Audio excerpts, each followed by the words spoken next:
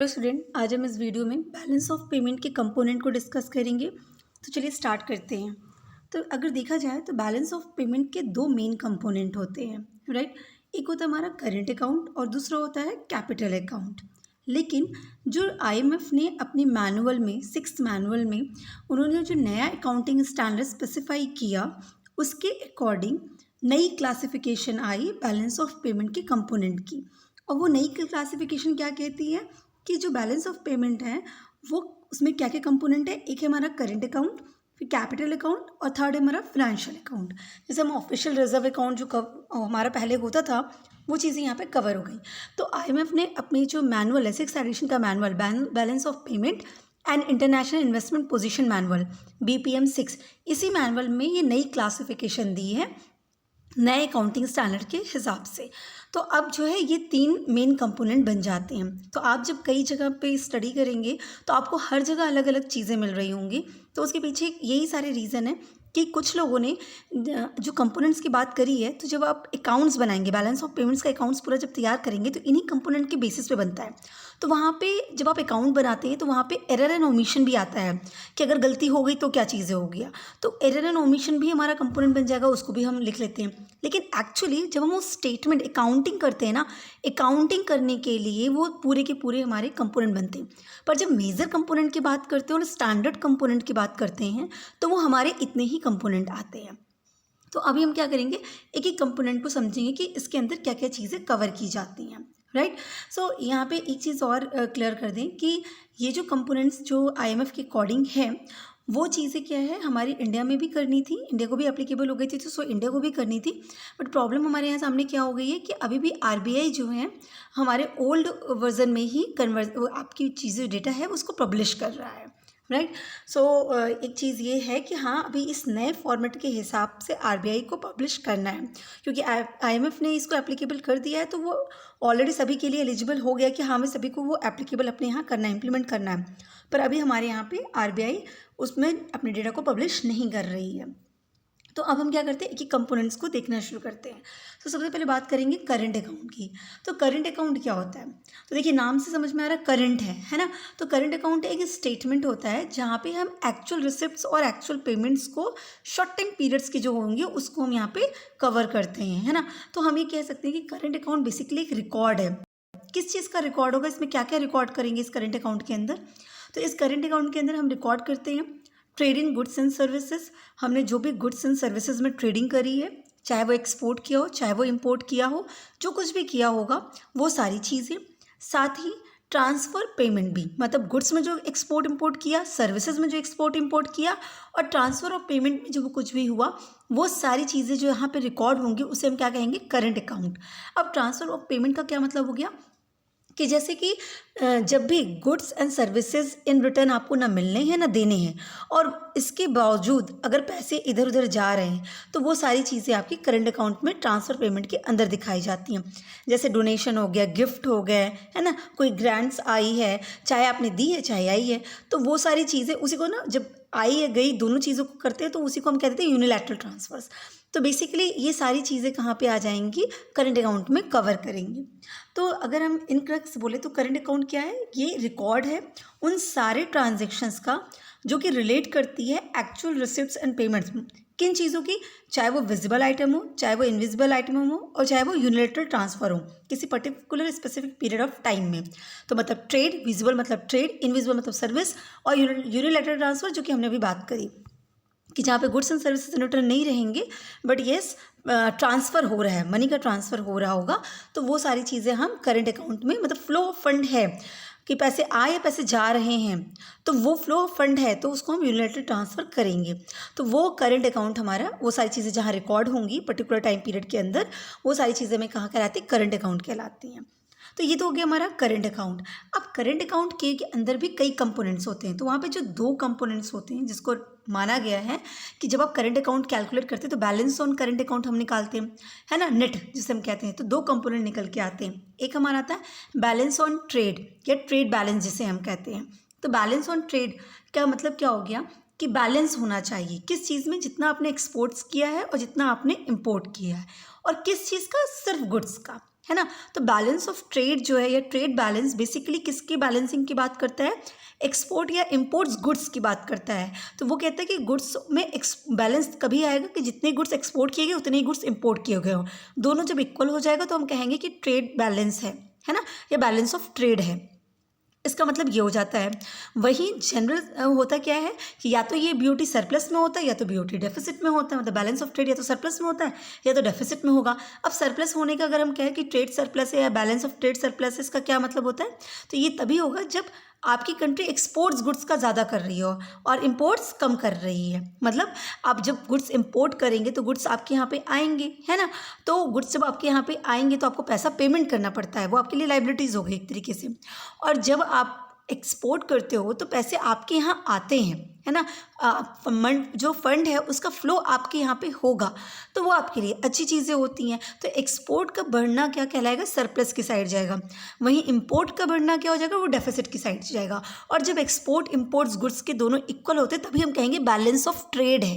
Is it clear. इसी तरीके से जो नेक्स्ट कंपोनेंट करंट अकाउंट का आता है वो होता है बैलेंस ऑन इनविजिबल्स। अब इनविजिबल्स का मतलब हम जानते हैं, इनविजिबल्स मतलब सर्विसेज। तो जब भी हम सर्विसेज के एक्सपोर्ट इंपोर्ट की बात करेंगे तो वो हम बैलेंस ऑन इनविजिबल की बात करेंगे। इसका मतलब क्या हो गया, इन सिंपल टर्म अगर बोले कि जितने सर्विसेज एक्सपोर्ट की गई और जितनी सर्विसेज इंपोर्ट की गई दोनों इक्वल हो गई तो हम बोलेंगे balance on invisible. So basically balance on invisible क्या शो करता है, net receipts on account of trade in services. क्योंकि सरप्लस या अच्छा तो तभी है ना कि हमने कितना ज़्यादा सर्विसेज क्या की हैं, आपकी इनकम रिसीव की हैं, इनकम जो फ्लो है फंड का रिसीव किया। और फ्लो ऑफ फंड रिसीव कब होगा आपकी कंट्री में, जब आप सर्विसेज एक्सपोर्ट करोगे, सर्विसेज प्रोवाइड करोगे, है ना। तो ये जो सर्विसेज होती हैं, सर्विसेज ट्रेड या बैलेंस ऑन इनविजिबल, वो उसमें दो चीज़ें इंक्लूड हो जाती हैं। एक हमारा होता है फैक्टर और दूसरा होता है नॉन फैक्टर, है ना। फैक्टर इनकम वो क्या हो जाता है, तो इसमें हम वो इंक्लूड करते हैं जो फैक्टर ऑफ प्रोडक्शन से रिलेटेड हो जाती हैं, है ना। वहीं पे नॉन फैक्टर इनकम में हम वो चीज़ें इंक्लूड करते हैं, उनकी नेट सेल्स की बात करें। अब नेट सेल का मतलब एक्सपोर्ट इंपोर्ट दोनों को लेस करने की बात कर रहा है, नेट की बात कर रहा है ना। तो यहाँ पे हम वो नेट करेंगे, जैसे शिपिंग हो गया, बैंकिंग हो गया, टूरिज्म हो गया, सॉफ्टवेयर सर्विसेज हो गई। तो ये जो सर्विसेज हैं वो भी क्या होगा, बैलेंस ऑन इनविजिबल का पार्ट बनेंगे, पर कहाँ पे, नॉन फैक्टर इनकम के अंदर बनती हैं।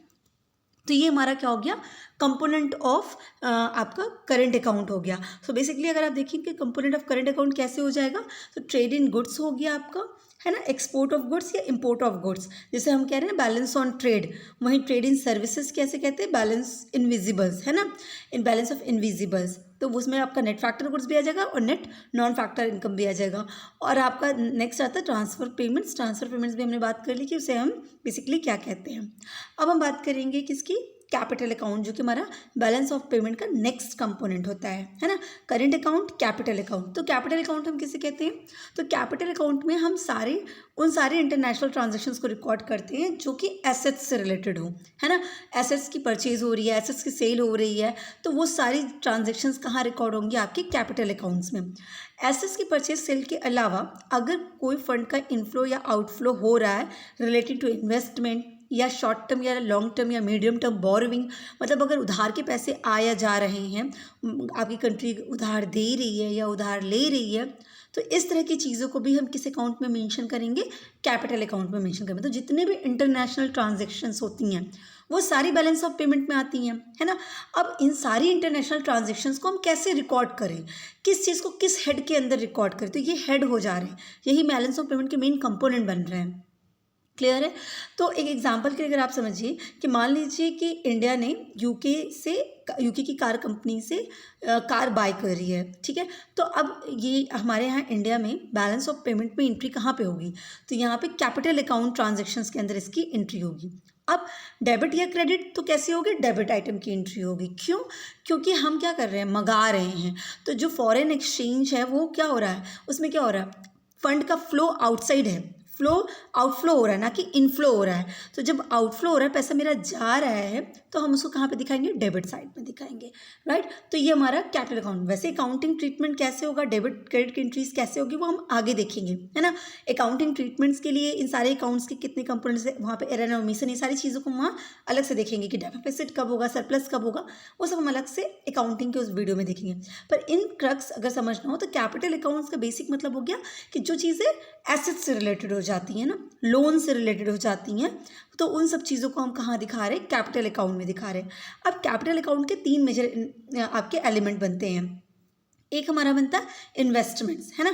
तो इन्वेस्टमेंट हमारे 2 आ जाते हैं। किस तरह का इन्वेस्टमेंट हो रहा है, या तो हमारा एफडीआई होता है या एफपीआई होता है। तो फॉरेन डायरेक्ट इन्वेस्टमेंट, तो अगर जितने भी एफडीआई होंगे, जितने भी फॉरेन डायरेक्ट इन्वेस्टमेंट हो रहे हैं, उसको हम कहाँ दिखाएंगे, उसको कैपिटल अकाउंट में दिखाएंगे।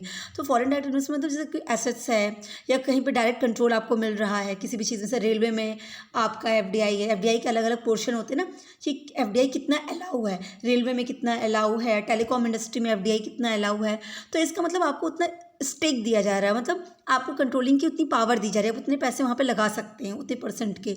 तो वो हमारा फॉरेन डायरेक्ट इन्वेस्टमेंट आएगा। नेक्स्ट हमारा आता है फॉरेन पोर्टफोलियो इन्वेस्टमेंट। तो ये क्या होता है, जैसे शेयर्स, फॉरेन जो बॉन्ड्स हैं, तो इन सब चीज़ों को रिलेटेड करके पूरा पोर्टफोलियो तैयार होता है, तो उसके इन्वेस्टमेंट की बात कर रहे हैं। तो इस तरह के इन्वेस्टमेंट को, इस तरह की चीज़ों को हम कैपिटल अकाउंट का पार्ट बनाएंगे।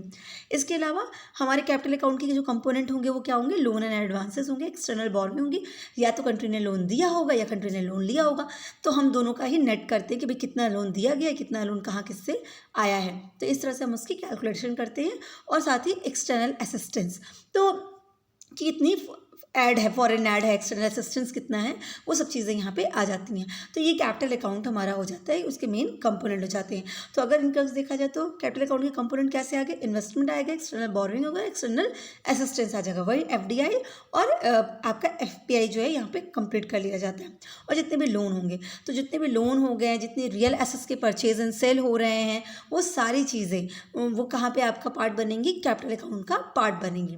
और जो थर्ड अकाउंट है that is our financial account, जो कि आईएमएफ ने नया इंट्रोड्यूस किया, और जिसमें ऑफिशियल रिजर्व अकाउंट जो कि पहले रहता था हमारा, वो चीज़ें कवर हो जाती हैं। सो बेसिकली इस अकाउंट्स के रिगार्डिंग क्या कहा गया कि it includes government owned assets such as gold, SDRs, and जो भी गोल्ड और एसडीआर जो भी आईएमएफ के थ्रू होल्ड किए गए हैं, आईएमएफ के से रिलेटेड हैं, वो जो गवर्नमेंट के पास हैं, वो सारी चीज़ें हम कहाँ दिखाएंगे, फाइनेंशियल अकाउंट्स का पार्ट बनाएंगे।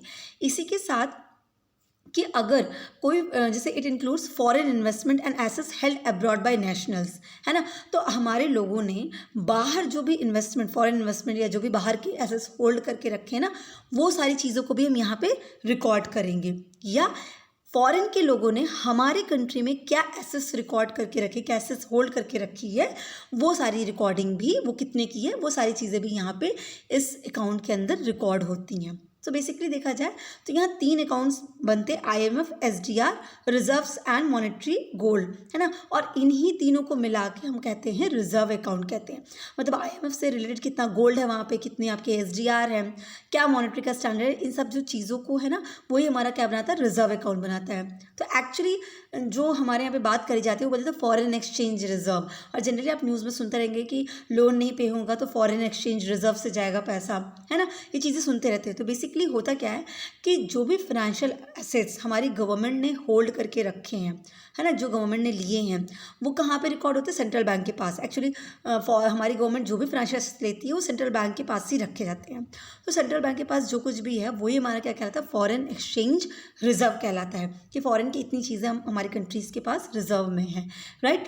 तो यहाँ पे कितना होल्ड है, कितना एसडीआर कंट्री के पास है, कितने गोल्ड कंट्री के पास है, कितने एक्सचेंज रिजर्व्स कंट्री के पास है, इन सब का जो रिकॉर्ड होगा वो इसी फाइनेंशियल अकाउंट में लिखा जाएगा, right. So reserve accounts of BOP records, तो बैलेंस ऑफ पेमेंट का जो ये रिजर्व अकाउंट होता है वो क्या रिकॉर्ड रखता है कि भाई ऑफिशियल रिजर्व एसेट्स में क्या चेंजेस आए, किस अमाउंट में चेंज आया, कि मतलब कितने आपके एसडीआर थे, एसडीआर अब कितने कम हो गए, कितने ज़्यादा हो गए, है ना।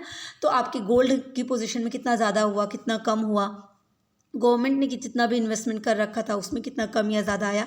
तो बेसिकली इसमें क्या चेंजेस आए ना, वो सारी चीज़ें यहाँ पे हमारी इस अकाउंट में रिकॉर्ड होती है। तो उसे बोलते हैं changes in foreign exchange reserve account. Is it clear. तो ये हमारे 3 मेन कंपोनेंट हैं जो कि बैलेंस ऑफ पेमेंट को कंप्लीट करते हैं। पर जब हम अकाउंट्स तैयार करते हैं तो एक हमारा एरर एंड ओमिशन का भी आ जाता है, क्योंकि हर डेटा एक्यूरेटली रिकॉर्ड हो जाए ये थोड़ा मुश्किल होता है, क्योंकि ये इंटरनेशनल ट्रांजेक्शन ओमिशन से रिलेटेड होता है। तो इस सब सिनेरियो में ये भी एक हेड हम इस बैलेंस ऑफ पेमेंट में क्रिएट किया जाता है, एरर एंड ओमिशन का। तो ये सारी चीज़ें जो बाकी हैं कि काउंटिंग के टाइम पे इनमें कैसे डेफिसिट सरप्लस होगा, डेबिट कब करेंगे, क्रेडिट कब करेंगे, ये सारी चीज़ें हम आगे डिस्कस करेंगे। So wish you all the best. Thank you so much.